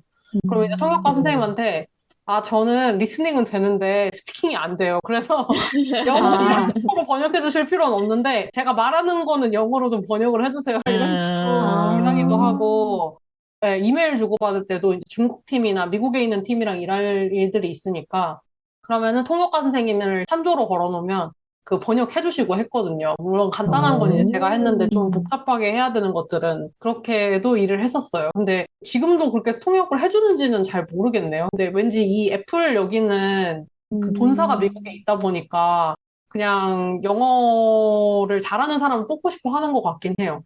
신기하다. 네, 저도 처음에 들어갔을 때 그 문화가 진짜 신기했어요. 그 통역, 면접 볼 때도 통역을 해줬어요. 신기하다. 네, 면접 볼 때도 저 똑같이 얘기했어요. 저 리스닝은 되는데 스피킹은 안 돼요. 웃겨. 이제 리스닝 된다고 얘기했어도 사실 100%못 알아들을 때도 있으니까 이제 못 알아들으면은 해달라고 하거나 아니면은 그 말한 사람한테 조금만 더 자세하게 얘기해달라고 요청을 하거나 그런 식으로 이제 했었어요. 사회생활 중에, 회사 생활 중에 좀 재밌었던 부분 중에 하나인 것 같아요. 진짜. 하긴, 근데 아까 얘기해주신 것처럼 애플은 원래 본사가 미국이니까 그냥 네. 영어를 잘하는 한국인, 네. 교포, 뭐 이런 사람을 찾을 수는 있겠네요. 네, 그럴 것 같아요. 여기 Key Qualifications 우리 아직 안 봤지만 거기에도 Fluency in English and Korean이라고 써 있잖아요. 네. 그래서 거의 바이링구얼인 사람을 찾는 것 같기는 해요. 제 느낌에. 이렇게 영어가 많이 쓸 줄 알았으면 학교 다닐 때 좀만 더 열심히 할 걸 그랬어요. 다음은 자격 요건 다룬 섹션이고, 이게 마지막 섹션인데요. 앞에서도 제가 얘기했는데, 이게 인턴십이긴 한데, 재무 비즈니스 분석 분야의 대학원 재학 중인 분을 찾고 있는 공고예요. 선미님이 이런 관련 대학원 나오셔가지고, 선미님 생각이 좀 들었는데, 대학원 재학 중일 때 이런 공고가 있었으면은 아마 지원해보실 만한 공고였을 것 같아요. 네네. 거의 뭐 말벌 아저씨처럼 뛰어가가지고 지원하지 않았을까 싶은데 제가 이제 경영공학으로 석사과정을 했는데 세부적으로 금융 공부를 하고 있었거든요. 그래서 당시에 공고가 나왔으면 꼭 지원을 해봤을 것 같고 생각만 해도 좀 두근거려요. 애플에 지원한다. 맞아. 근데 파이낸스 안에서도 세부 전공이 되게 많아서 도대체 무슨 일을 시키려고 콕 집어서 파이낸스 비즈니스 애널리틱스인지는 좀 궁금하고요. 혹시 담당자님이 보시게 되면 연락을 주시면 좋겠고요. 그리고 스킬셋만 봤을 땐 학사를 뽑아도 될 것 같아요. 근데 어떤 금융 전문 지식이 필요한지 이런 게 조금 궁금하긴 합니다. 그러게요. 그냥 학사로는 안 되는 복잡한 업무를 하는지 좀 궁금하긴 하네요. 아무튼 이거 좀 보다 보니까 대학교를 재학 중일 때 아니면 뭐 대학원을 재학 중일 때 지원할 수 있는 공고들이 있기도 하고 그리고 뭐 신입 공채 같은 경우에도 언제 졸업 예정인 사람, 그리고 졸업한 지 몇 년 이내인 사람 이런 제한을 두고 있잖아요. 그래서 취업을 해야지라고 마음을 먹기 전에도 채용 공고를 자주 들여다보는 게 좋은 것 같아요. 그리고 몇 년 전이랑 요즘 채용 시장 분위기도 다르니까 새로 업데이트되는 공고들을 자주 살펴보면서 이 채용 시장 분위기를 자주 보는 것도 좋을 것 같고요. 뭐 예를 들어서 요즘은 이제 몇 년 전보다 공채를 뽑는 회사가 많이 줄고 상시 채용을 많이 하고 있잖아요. 그래서 막 여전히 공채를 준비한다라고 하면은 지원할 만한 회사가 좀 확연히 줄어들 수도 있어요. 그래서 좀 변화하는 이제 흐름을 채용 공고를 통해서 파악을 하면서 그 취업 전략을 좀 수정해 가면은 훨씬 좋을 것 같아요. 네네. 음. 저는 학교 다닐 때 이제 졸업한 지 몇 년 이내인 사람 이런 제한을 도대체 왜 두나. 괜히 사람 마음 급해지게. 맞아. 이런 생각을 했거든요. 음. 근데 졸업한 지 몇 년 이내인 사람 제한을 안 두면 회사 입장에서도 욕먹을 수도 있다고 하더라고요. 그러니까 어. 너네 연차가 막 5년 차 이렇게 되는 사람을 신입 연봉을 주고 뽑냐. 약간 이런 식으로. 네, 어. 그렇게 비판을 하는 사람들도 있어서 이거를 졸업한 지 몇 년 이내인 거 제한을 막 늘릴 수가 없다고 하더라고요. 네, 그런 회사 입장에서는 그런 사정도 있다고 합니다. 저희 학교 다닐 때는 좀 마음에 안 들었던 정책 중에 하나였던 것 같아요. 맞아. 그러니까 그래서 취업 준비할 때 졸업 유예하고. 못하고 유예하고 계속 네네. 유예하고 계속 그냥 수료생으로 남아있고 그냥 그런 네. 경우도 많잖아요. 하긴 생각해보면은 나는 이제 갓 졸업한 대학생인데 이미 경력 몇 년 있는 중고 신입들이 와가지고 다 신입공채 들어오면은 지원하는 대학생 입장에서도 좀 힘들 것 같기는 해요. 그쵸, 그래서 그쵸. 그러게요. 어느 정도 제한이 있는 것도 신입공채에서는 좋을 것 같다. 네네. 여기가 이제 자격 요건 섹션이잖아요. 보니까 뭐 채용 공고 트렌드 보고 이런 것도 좋고 한데 채용 공고 하나씩 볼 때는 그냥 한국 채용 공고 볼 때랑 비슷하게 진짜 필수인 거랑 좀 선택인 거 이런 거 나눠서 보는 것도 좋을 것 같긴 하더라고요. 여기가 세 가지로만 섹션을 나눠놨는데 그 안에서도 사실 조금 더 세부적으로 하려면 할 수 있는 것들이 좀 보여가지고 제가 보기에는 툴 쓰는 것 같은 경우에도 엑셀이나 SQL 같은 경우에는 엄청 잘해야 된다? 숙련이 되어 있어야 된다? 이렇게 되어 있고 태블로 같은 경우에는 그냥 친숙하기만 해도 괜찮다. 이 정도로 설명이 되어 있으니까 그러니까 한국 채용 공고에서는 자격 요건이랑 뭐 우대 상황이랑 이렇게 갈라서 써놨으면 여기는 좀 합쳐져 있는 경향이 있는 것 같고 태블로 같은 거는 지금 계속 얘기하듯이 시각화 툴이니까 알면 좋은 건데 일단 엑셀이나 SQL 이걸 모르면 일을 못하니까 꼭 알아야 된다. 약간 이런 느낌이거든요. 그래서 보시는 분들도 읽어보시면서 아, 이거는 필수구나. 이건 선택으로 해도 될 것 같구나. 부분에서 보시는 거를 채용 공고 보시면서 계속 연습을 해보시면 좋을 것 같아요. 맞아요. 이걸 잘 추려서 볼 수 있는 눈을 좀 키우는 것도 채용 공고 볼 때 중요한 것 같아요. 그리고 말씀하신 것처럼 이게 엑셀이랑 SQL 잘해야 된다고 쓰여 있는데 보통 SQL 잘해야 된다고 쓰여 있는 경우에는 코딩 테스트를 보는데 여긴 공고에는 안 나와 있어서 그거는 알 수가 없네요. SQL 코딩 테스트 왠지 있을 것 같아가지고 찾아봤는데 정규직을 구할 때는 코딩 테스트를 치는 것 같아요. 왜 그러냐면 약간 그 글로벌 회사니까 면접이나 이런 거에 대한 정보도 많이 나와 있을 거잖아요. 그래서 보니까 뭐 애플 코딩 테스트 뭐 어쩌고 뭐 이런 문제들이 뭐 연습 문제처럼 있는 것 같기도 하고 기출 문제처럼 그렇더라고요. 진짜 채용팀에 문의해보지 않는 이상 모르는 거니까 궁금하신 분들은 문의를 한번 해보시는 것도 좋을 것 같습니다. 그리고 그냥 약간 생각난 건데, 저도 인턴을 경험하다가 일을 하게 된 사람이라서 인턴에 대해서 그냥 팁이랄까? 뭐 그런 걸 얘기를 하자면, 이게 인턴십 같은 경우는 특히나 이게 기간이 제한이 있잖아요. 기본 자격 요건을 갖추고 있으면 훨씬 더 많은 걸 그 안에 경험할 수 있는 것 같아요. 그러니까 예를 들어서 SQL로 할 수 있는 업무가 있는데 6개월 내에 못하면은 6개월 내에 좀 반쪽짜리 경험을 하게 될 수도 있고, 그래서 만약에 뭐 못하는데 입사를 하게 됐다고 하더라도 입사하기 전까지 미리 좀 공부를 해가는 것도 좀 도움이 될 것 같아요. 어쨌든 끝이 있는 거라고 생각하면은 그 안에 많이 배워야 되잖아요. 그래서 최대한 그쵸. 많이 배울 수 있도록 미리 준비를 할 수 있으면 하면 더 좋을 것 같아요. 왜냐하면 아예 모르면 팀원분들이 하는 얘기도 못 알아들을 수 있고 태스크를 줘도 일주일이면 될 거 2주일 하고 이러면은 나한텐 2주일이 너무 소중한 시간이잖아요. 왜냐면 나는 기간이 정해져 있으니까. 그래서 이게 꼭 이 회사에서 정규직이 된다, 안 된다, 이거랑은 별개로 이 6개월 안에 혹은 뭐 3개월 안에 뽕을 뽑겠다라는 마음으로 가려고 하면은 이제 좀 어느 정도 자격이 되어야 되니까 그래서 붙었다고 하더라도 좀 더 미리 공부를 하고 가면은 좋을 것 같아요. 처음부터 정규직으로 했으면 저도 그냥 별 생각 없이 들어갔을 수도 있어요. 월급 맞아. 받으면서 어차피 나는 맞아. 끝이 없으니까 나를 자를 수 없으니까 월급 받으면서 공부하자 했을 수도 있는데 저는 처음에는 6개월짜리 인턴으로 들어간 거였어가지고 좀 더 그런 게 있었어요. 기간 안에 많이 배워보자 하는 게. 맞아.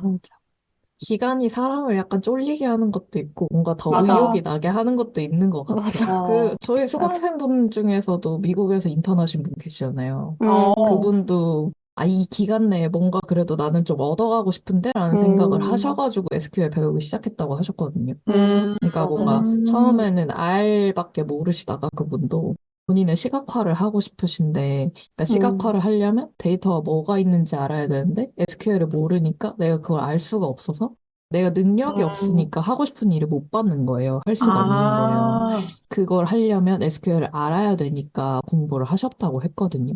와. 그래서 그런 면에서도 그 기간 안에 뭔가를 해야 된다는 그 열망이 가득한 그 멋있다. 상태에서 이제 동기부여가 된 거죠, 그게. 내가 이거를 오. 배우면은 할 수 있는 게 더 늘어나고, 이 기간 안에 배워갈 수 있는 게 훨씬 더 많아지는구나, 라는 거를 아신 분이어서 SQL을 열심히 공부하시고, 실제로 시각화 이런 업무도 하시고, 나중에는 잡 오퍼까지 따로 받으셨으니까, 와, 이제 그렇게 기회가 이어지는 것 같아요. 멋있다. 멋있는 분이네요. 멋있는 분이에요.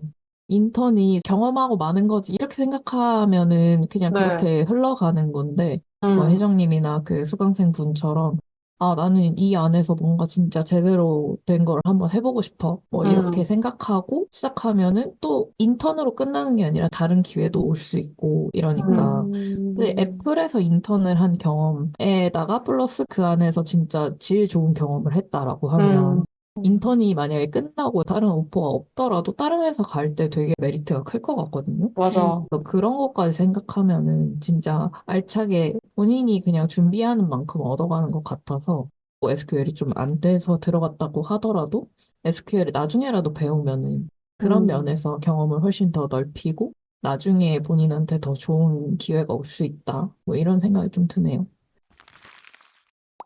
네, 그러면 채용 공고는 이렇게 읽어보고 마무리하려고 하는데요. 해외 기업 공고는 또 처음 읽는 거라서 되게 재밌었어요. 구성은 좀 맞아요. 약간 다른 부분이 있지만 어쨌든 주요 업무랑 자격 요건 섹션을 가장 중요하게 봐야 된다. 이 부분을 다시 한번 느낄 수가 있었고요. 실제로 입사하면 어떤 일 할까 되게 궁금하네요. 진짜. 다른 분들 오늘 읽어보면서 어떠셨어요? 네, 저도 이제 영어로 쓰여진 공고를 우리가 처음으로 같이 읽어봤는데 새롭고 좋았고, 저희 캠프 듣는 분들 중에 미국이나 유럽에서 현재 일하거나 구직하고 계시는 분들도 있고, 뭐 지금은 한국에 살지만 해외 기업 취업을 희망하시는 분들도 계시는데, 앞으로 종종 해외 기업 채용 소식도 들고 오도록 하겠습니다.